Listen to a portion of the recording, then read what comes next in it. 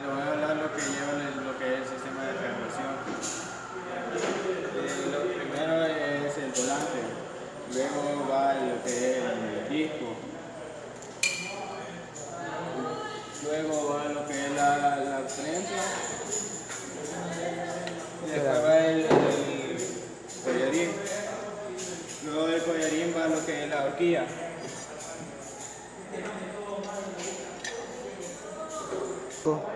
El funcionamiento es a la hora de presionar el clutch se activa lo que es la bomba externa y hace que mueva lo que es la horquilla, empujando al collarín.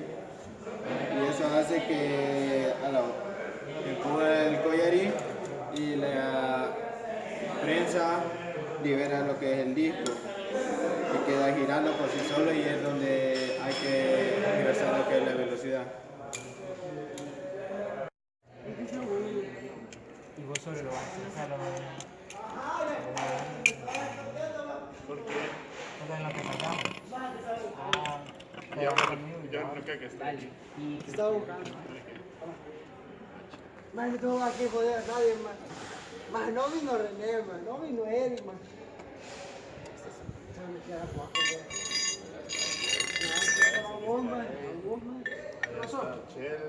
Profe, mire, ¿cómo se llama ese tipo de...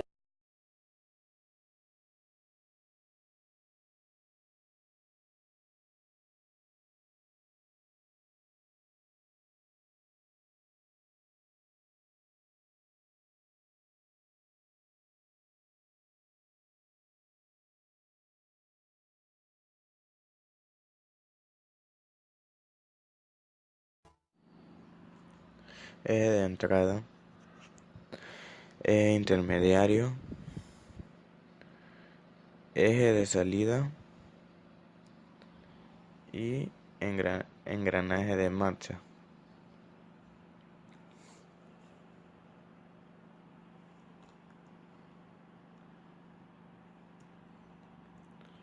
En el sistema de transmisión, el eje de entrada de la caja de cambios se conecta con el disco de embrague. Cuando el motor está funcionando y el embrague conectado, el eje de entrada transmite su rotación a través del eje intermediario a los piñones del eje de salida.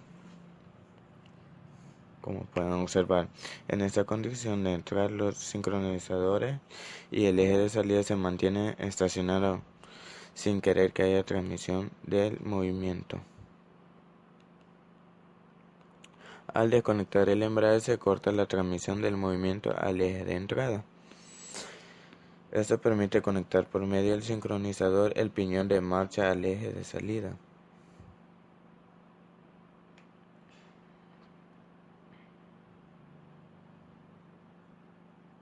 Conectando el embrague se transmite la rotación del eje de entrada a través del piñón intermediario al piñón de marcha, lo que permite la rotación del eje de salida.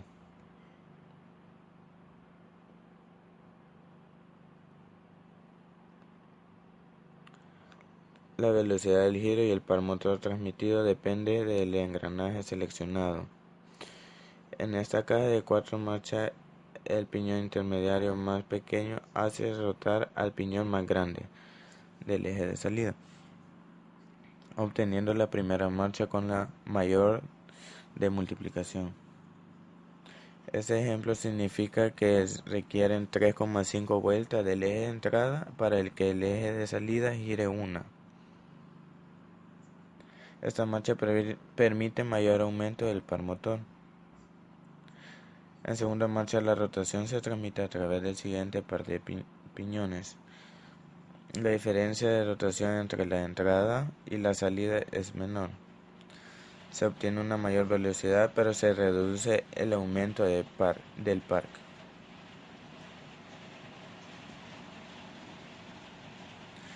Al conectar la tercera marcha, la diferencia es aún menor.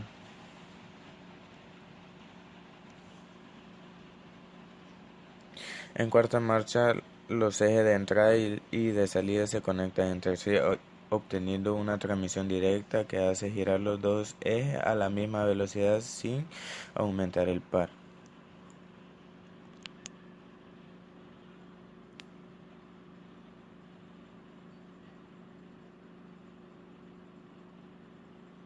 En esta condición, los piñones intermediarios y su correspondiente eje de salida rotan de forma continua, pero no transmiten movimiento al eje de salida.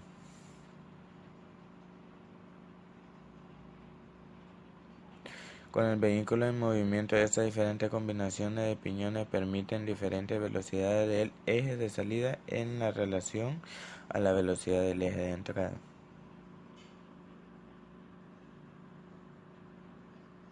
Cuando se cambia de marcha, los piñones deben ser sincronizados para que la marcha se conecte con facilidad.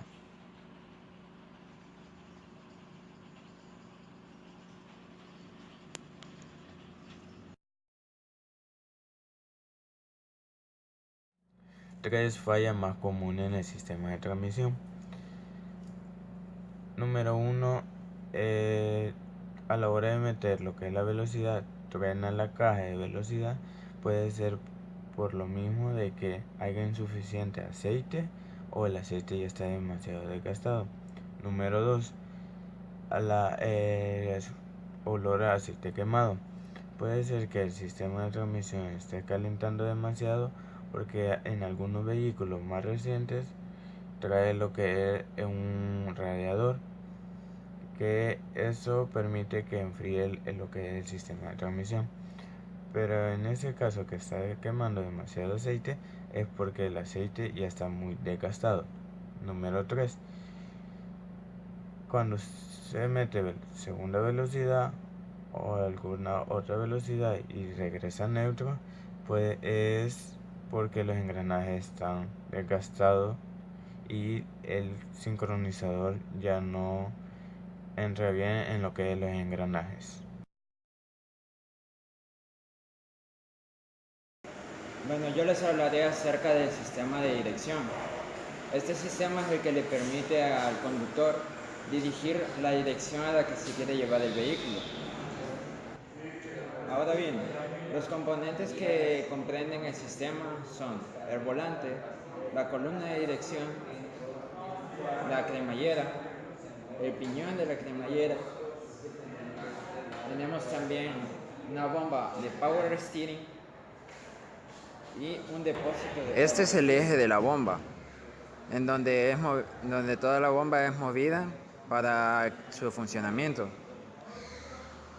Si podemos ver en la parte interna,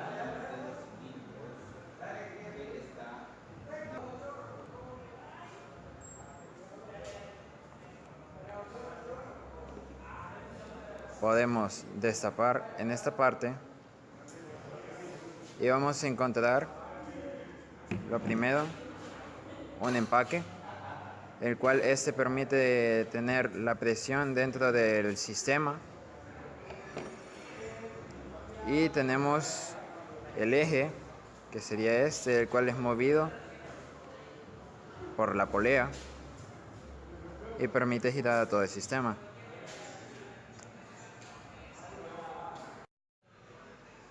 La bomba, al recibir el líquido del power steering a través de esta tubería, permite el ingreso, y estas lainas que se encuentran dentro del piñón permiten generar la presión dentro del sistema.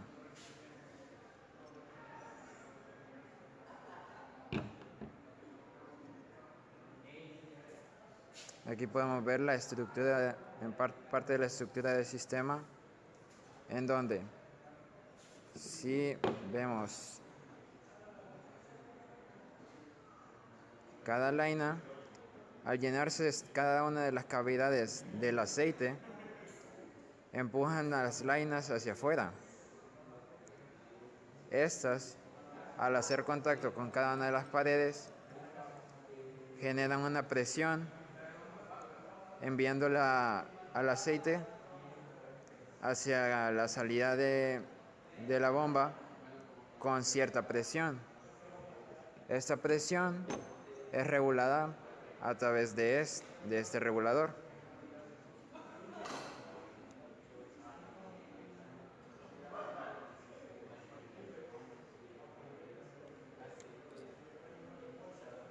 que viene aquí. Este está en la salida del aceite hacia el sistema.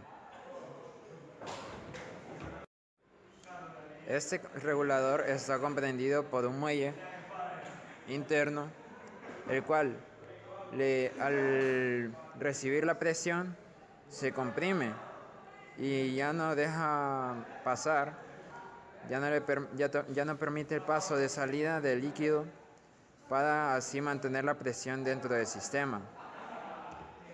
Este envía el líquido hacia la cremallera a través de las tuberías, las cuales ingresan a través de estas tuberías metálicas y le envían hacia el piñón de la cremallera. Cuando el piñón gira, redirecciona el aceite hacia una u otra tubería. Estas tuberías se la llevan hacia la cremallera, en donde se encuentran unas cámaras donde se contiene todo el aceite, y cuando se ingresa el aceite hacia una de las mangueras, digamos que le enviase a esta manguera, esta rellenaría toda la cámara que se encuentra de este lado, empujando todo hacia la izquierda. Si se llenara esta tubería, llenaría la cámara que se encuentra de este lado y empujaría todo el sistema hacia la derecha. Entonces, esto permite al conductor una maniobrabilidad más sencilla y sin tanto esfuerzo.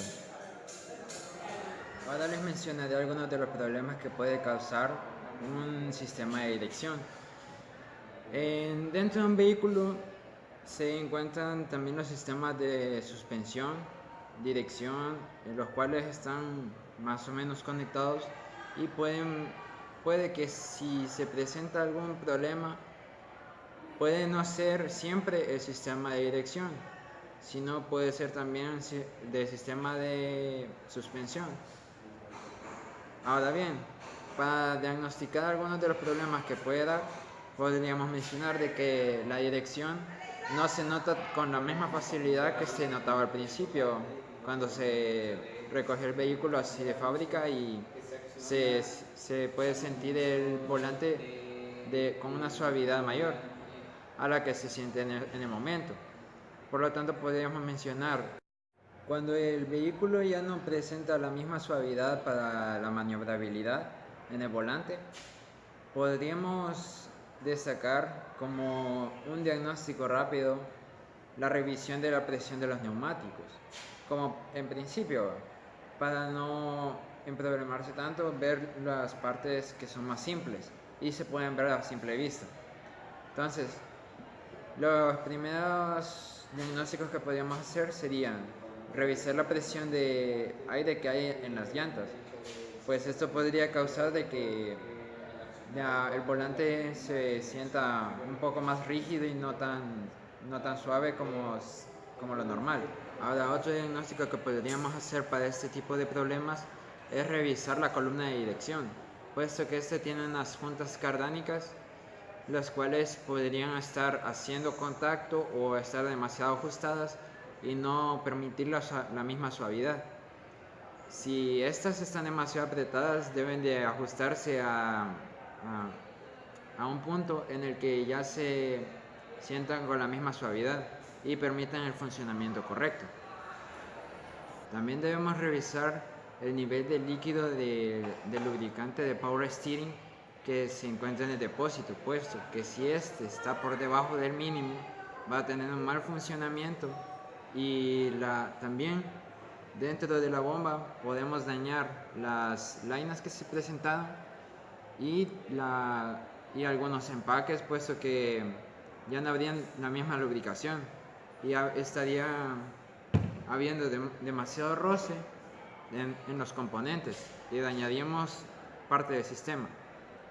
Entonces debemos de revisar los niveles que no estén demasiado bajos y si está demasiado bajo, agregar más Power Steering para que este vuelva a su funcionamiento correcto. Ahora bien, cuando el vehículo nos presenta problemas con rigidez en el sistema.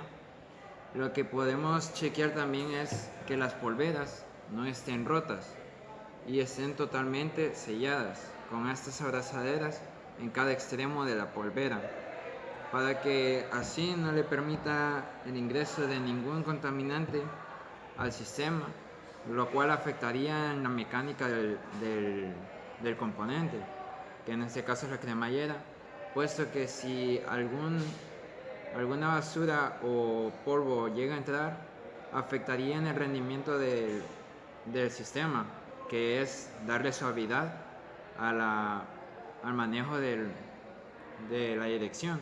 También debemos de revisar que no hayan fugas en ninguna parte del sistema, ya sea en las tuberías metálicas, que estén todas bien apretadas, puesto que las tuberías metálicas vienen con tuercas así para ajustarse al componente al que vayan conectados.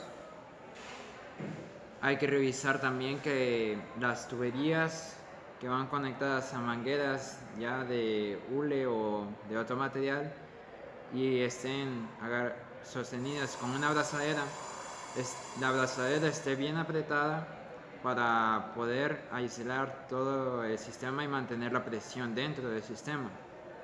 También que hay que revisar si el sistema es ya de bastantes años, que las tuberías no estén muy tostadas, ya sea por el plazo de vida que tienen o que estén tostadas por el calor. Otra de las causas de la rigidez en el volante podrían ser la alineación de las llantas delanteras, las cuales se ajustan en el extremo de la cremallera con el terminal de dirección, en donde podemos ver esta parte donde se encuentra una rosca y una tuerca con la cual podemos ajustar qué tanto queremos alargar el extremo o acortarlo según sea necesario. Si se llegase a desmontar el sistema de la cremallera y se llegase a desmontar también el piñón de la cremallera, siempre debe de engrasarse el piñón al conectarla con la cremallera, puesto que este hace un contacto permanente. Este debe de estar bien lubricado para que no haya ninguna rigidez que le permita al sistema sentirse más rígido y no permitirle al sistema su correcto funcionamiento.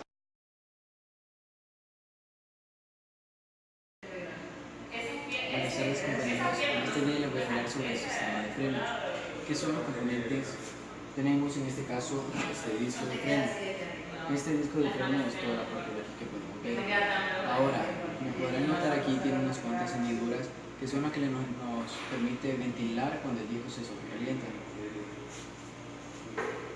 Otros componentes de nuestro disco de freno son el portacálice, que es el encargado de llevar las pastillas en su interior para hacer flexión con el disco de freno, que van a tocar así y va a frenar el vehículo. Ahora, también tenemos los famosos discos de tambor, que son los que se ubican en las llantas de atrás en algunos casos, que son estos de aquí. Como podemos observar, todo redondo. ¿Cómo frena en este caso? Pues en su interior se encuentran estas dos zapatas, que son las encargadas de generar presión para hacer que el vehículo frene. ¿Cómo es que genera esta presión para hacer este movimiento? Pues aquí tiene un soporte y una bomba central, que es el que manda el fluido de frenos para hacer la expansión de las zapatas. En el portacáliper tenemos esta manguera. ¿De qué se encarga esa manguera? Se encarga de hacer que el fluido venga y apriete el pistón del interior. Cuando el pistón interior se aprieta, presiona la pastilla, que son las que empujan y frena el vehículo. ¿Qué tal? Ahora algunas de las fallas que presentamos son En el caso del disco se puede generar un desgaste en toda la parte de aquí. Cuando las pastillas pegan aquí y este disco tiene algunos desniveles, pues puedes provocar un tembloreo en todo el vehículo, que se vaya golpeando a cada rato que va frenando y no nos va a dar un buen frenado. Ahora lo que se debe de hacer en este caso es, con una lija 36 se debe de fijar todo el borde para dejarlo fijo. Siempre suelen traer un diámetro de cuánto es lo máximo que se les puede quitar. Ahora también tenemos que las pastillas suelen demostrar un desgaste. Como podemos ver aquí, tiene un desnivel. Ese desnivel es el que nos provoca una falla, ya que no está frenando bien por toda la parte de la pastilla. ¿Qué es lo que se hace? Pues lo mismo, se empieza a lijar a modo de dejar parejo toda la pastilla. Ahora, el tambor siempre suele traer el máximo de diámetro, que es toda la parte interna. Y lo que se hace para nivelarlo, ya que suele pasar lo mismo, pues se lija la parte interna. Esta no se limpia media vez ya desde lijada, solo se le quita el polvo, no se tiene que mojar ni pasar un trapo húmedo, todo se arruina. También por parte de las zapatas suele presentar un desgaste en la parte aquí. Cuando presenta un desgaste como este, como podrán ver la diferencia, se tiene que lijar para dejar parejo. No podemos quitarle mucho a estas piezas, ya que sería un desgaste total el que hemos hecho y puede provocar un accidente. Eso ha sido todo sobre las fallas. Ya. Buenas tardes, compañeros. Les voy a mostrar el funcionamiento del sistema de freno. Ahora, como podemos observar, este principalmente es el servofreno. ¿Y qué nos ayuda el servofreno? Multiplica la fuerza de empuje que le llega cuando la persona ejerce la presión en el pedal de freno por medio del motor cuando genera el vacío. Es el encargado de multiplicar la fuerza. Y tras eso, envía el fluido de frenos a presión hacia el disco delantero, hacia el pistón del disco para que apriete las pastillas, y hacia la bomba auxiliar, que como podemos observar, cuando la bomba recibe, cuando estamos en freno en mano, ¿verdad?, podemos notar el movimiento que hace.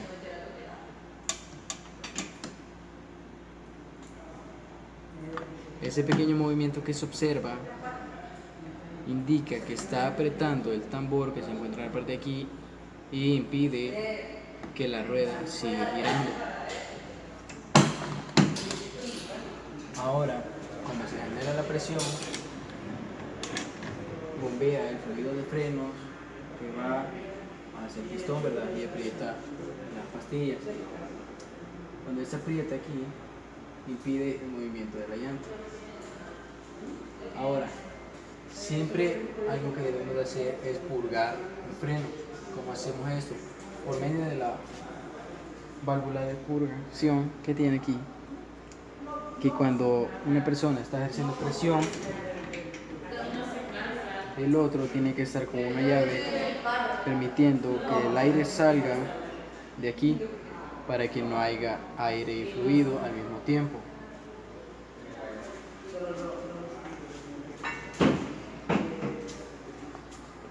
Y algo más que agregar es los componentes de todo el sistema de freno. Como podemos ver, el principal es el pedal de freno. Que le sigue es el servofreno.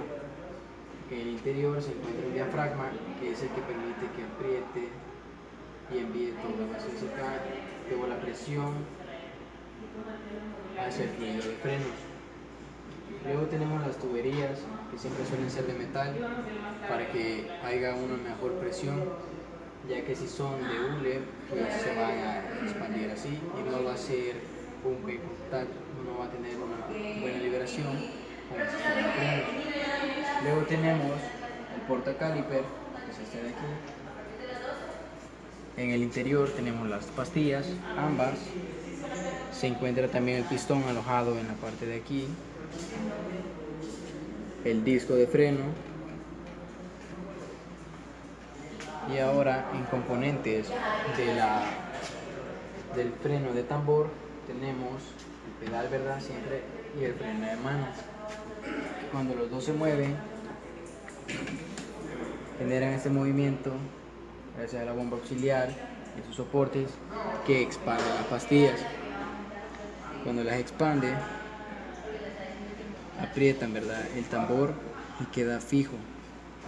El desmontaje de esta pieza es muy básico, pues tenemos que desapretar en la parte de atrás, mover este tensor. Cuando lo quitamos,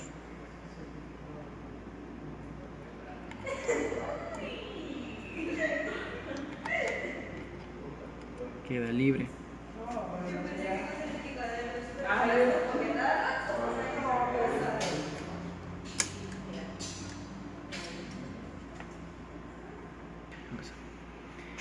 Pues retiramos los seguros, luego quitamos con un plano este resorte, que es el que los mantiene unidos. Cuando esto ya está hecho, pues solo retiramos las zapatas. Para desmontar la bomba auxiliar, en la parte de aquí atrás se encuentra un perno, que es el que sostiene la bomba auxiliar. También tenemos los dos soportes, que son los encargados de expandir las zapatas. Estos se pueden quitar fácilmente cuando ya está desmontado.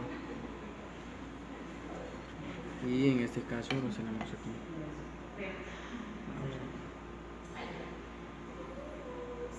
Es el proceso de montaje. Ahora, para la parte del freno,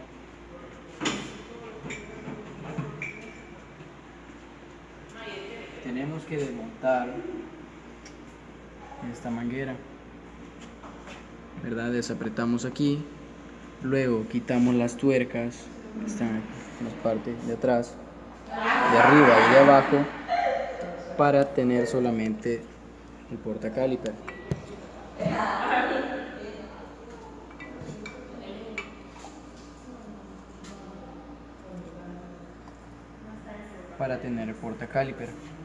Cuando este ya está en nuestras manos, posteriormente se aflojan y son fáciles de quitar las pastillas. Siempre va a quedar flojo el pistón interno, ya que no va a tener presión. Procedemos para volver a montar, apretamos. El funcionamiento de los frenos de tambor. Al pisar el pedal del freno, el cilindro hidráulico se llena de líquido de frenos, por lo tanto las zapatas se separan y entran en contacto con el tambor, frenando de esta forma las ruedas. Los muelles se encargan de mantener el conjunto de zapatas perfectamente posicionados. La palanca ajustadora sirve para ajustar las zapatas, para frenar de la forma más eficiente y evitar un posible problema. Los frenos de tambor no se desgastan tanto como los frenos de disco, ya que estos están ubicados en la parte delantera y suelen ser los que más se usan para frenar. Se produce un desgaste mayor en las pastillas. Ahora, en los frenos de tambor no se genera tanto desgaste, ya que éstas solo hacen un rozamiento cuando se activa el freno de mano. De lo contrario, sucedería un desgaste mayor, o si se usa muy seguido el freno de mano, puede que se genere una cristalización en las zapatas, el cual no permita que el vehículo frene. Y los frenos de disco. Los frenos de disco son los más utilizados, ya que su frenada es más eficaz, obteniéndose un mejor tiempo de frenado y por tanto una menor distancia. Esto se debe a las pastillas que están montadas en el portacaliper, con lo que mejora el enfriamiento, ya que genera una gran fricción la pastilla con el disco. Se genera un gran calor y para el enfriamiento se utilizan los discos ventilados que contienen unas rajaduras, hendiduras en medio de los dos discos para que pueda fluir el calor y así no generen tanto, no se calienten tanto. Ahora, su funcionamiento es que el disco es solidario con el eje de la rueda. Cuando pisamos el pedal de freno se genera una presión sobre los émbolos situados en el cilindro del portacaliper, empujando las pastillas que entran en contacto con el disco, produciendo el efecto de frenado gracias al rozamiento sobre los discos. Cuando pisamos el pedal de freno, se bombea líquido de frenos hacia los discos delanteros, que son los que empujan el pistón que está en el portacaliper para que presione las pastillas con el disco y se genere el frenado.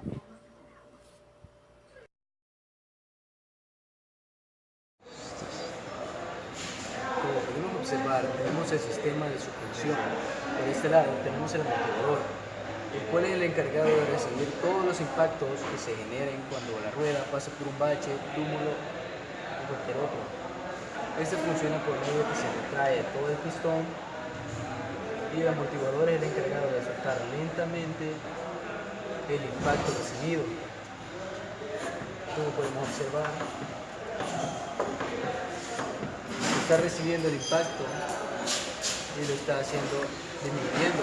Ahora tenemos los componentes del sistema de suspensión, que es el chasis, tenemos los muelles, vamos a observar, tenemos también el amortiguador, la barra de torsión que está ubicada aquí,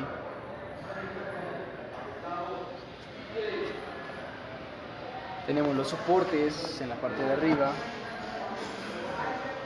También tenemos una parte importante que son los neumáticos, ¿verdad?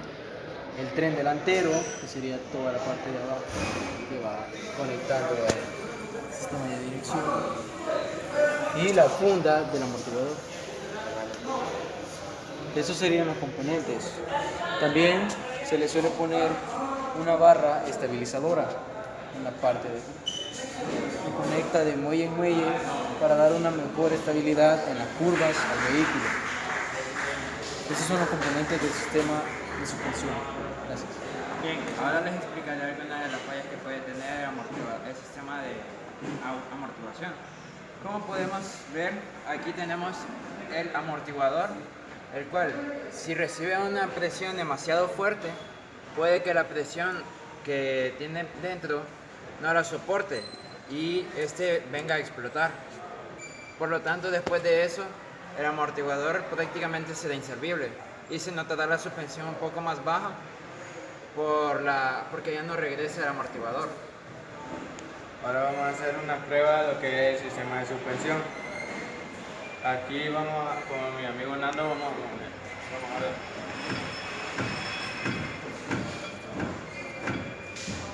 Si rebota demasiado es porque la suspensión está demasiado mala, pero si al nomás soltar lo que es el vehículo regresa a su posición natural, es porque están buenas.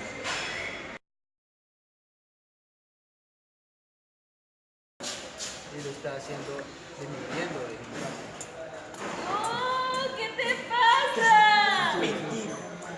Se pueden ajustar con el terminal de dirección que está conectado al extremo de la cremallera. Entonces, en el volante es la alineación de las llantas delanteras y sale la cremallera.